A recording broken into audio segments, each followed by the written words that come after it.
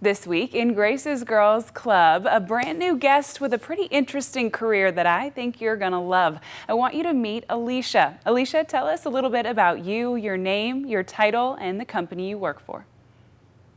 My name is Alicia Ryan. I'm the CEO and founder of LSinc Corporation. We've been in existence for 16 years, and we're very proud of the difference that we make with our clients in the community. Awesome. Now, Alicia, tell me a little bit about LSinc. What do you do? What's the mission? So our major mission is to design and develop and manufacture industrial equipment. And it's pretty cool because you can come in with just an idea on a napkin, and our mechanical engineers are going to design that, and then we're going to build it in-house and then manufacture as many as needed for the market. Which is pretty incredible, if you ask me. So walk me through your role as CEO. Tell me what your job is like day to day. Well, right now it's pretty cool because we've already launched a couple years ago. This is probably our third year now that we've launched a brand of just LSinc industrial printers, and they are now hitting the world globally. We have dealers all over the world that are taking our printers live. That is so cool. That must be such a fulfilling feeling to have worked on it for so long and now to see it hit the ground and be running. It took quite a while to get our patents in place and then to be able to design and build them. But for a day-to-day, you have to imagine we have a machine shop, we have an assembly shop, we have an electrical shop, we have a bunch of engineers. So every day we're designing something a little different, but then we're continuously building things that we've already designed. Alicia, I think I'm about to come work for you. And I love my It's job, pretty cool. So that's saying something. It's pretty cool. It absolutely is. So of the letters in STEM, science, technology, engineering, and math, which of those or which sequence of those would you say most applies to your role? I would definitely say all of them, but the two that apply the most is technology and engineering. As I said, we have a dozen or so patents already on our industrial printers, but the ability to take either technologies that other people have created and integrate them into a machine, or to create our own through the engineering process is what we focus on the most.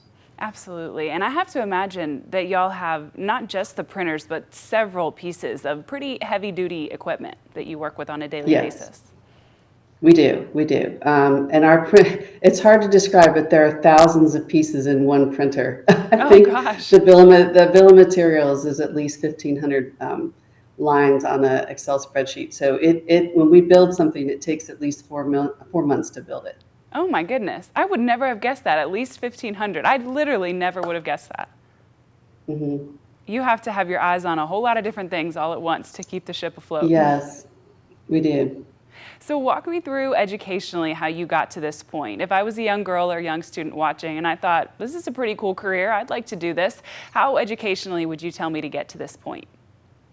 Well, I got here by accident. So I would tell you that life is full of joys, and it's important to follow that journey where it goes.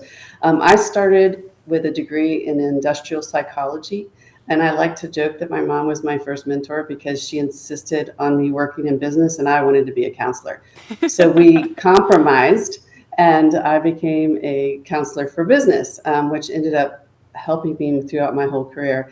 I also have a master's in organizational leadership with a concentration in business systems thinking and servant leadership.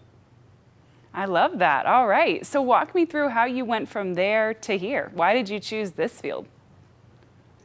Again, I think it was kind of by accident. So as I started working with leaders, and that's really what I shine. I'm a business consultant. I'm a strategist, and I like to take people's ideas and bring them to reality. And working with engineers to help them take their particular technologies to market was something that I specialized in before I started LSinc, and it's what we do here at LSinc. And so as I was going to say a little later, but when I tell what the children wanted to hear or the girls want to hear. But for me, I actually almost got a third master's before I got my master's in organizational leadership and in information management. And I was the only one in the class that was not an engineer, which made me feel very inferior most of the time. But later in life, I realized that learning to to study with people that thought differently than I did was what actually gave me the ability to succeed and understand them and to lead them. Wow, what a great perspective. And one of the things that comes up, it never fails in every single Girls Club interview, is the ability to problem solve. And basically that's what you did. You took a situation where you really didn't feel your best, but you made it work for you to end up being incredibly successful. Right. Well, I would say that the team is successful. The company is successful. My job is to just try to continue to help them work that way. As all good leaders do. That's definitely that servant leadership you were talking about. So, Alicia, what is the best part of your job?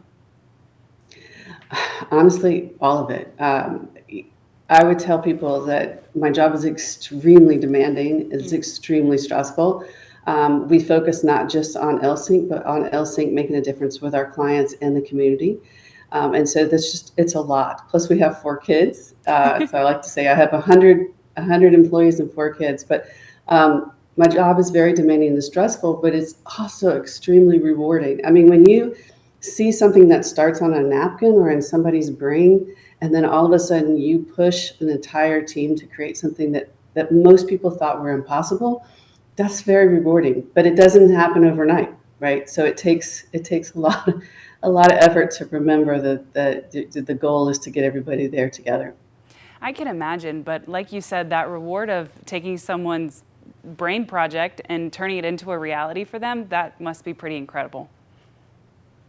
It is, it is. So what are some of those challenges, aside from the 100 employees and 4 kids, which I imagine is more than a handful? What are some of the challenges that hit your desk every day that you have to problem solve to resolve? Okay, so product development is just that, it's development. And I think that we assume that we just go and engineer something and it's going to work the first time, great. And it never does. Product development is meant to have failures. That's what development means, that we fail and we succeed and we fail and we succeed and we figure out how to move from there. And when you imagine 1,500 lines of different items that you're putting in to make a machine, there are some areas that can fail. And so product development is meant to be development. I like to tell people that so that they understand that failure is part of that process. And if you can own that, if you can accept that, which is extremely difficult to do, then you're going to find a lot of joy as you create that success. Well, there you go. That was a pretty terrific answer. Alicia, one last question for you. I know how busy you are today, but I just want to ask, if you had a message to young girls or young students who were interested in joining the STEM workforce, what would your message to them be? I would say that it's a journey.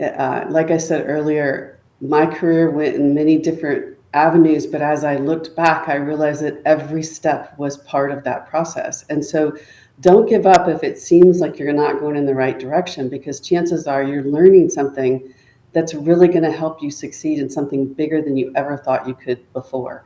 I mean, I would have never in my wildest imagination thought that I would own a company. It wasn't something on my bucket list. It wasn't something that I said, oh, I'm going to just, go out today and do this. But it unfolded that way. And it became something that I could serve other people, and then we could together make a bigger difference. It enabled us to come up with and support the community in creating the Alabama School for Cyber Technology and Engineering. And to know that the hard work that we've done makes a difference in the next generation is extremely rewarding. So don't give up.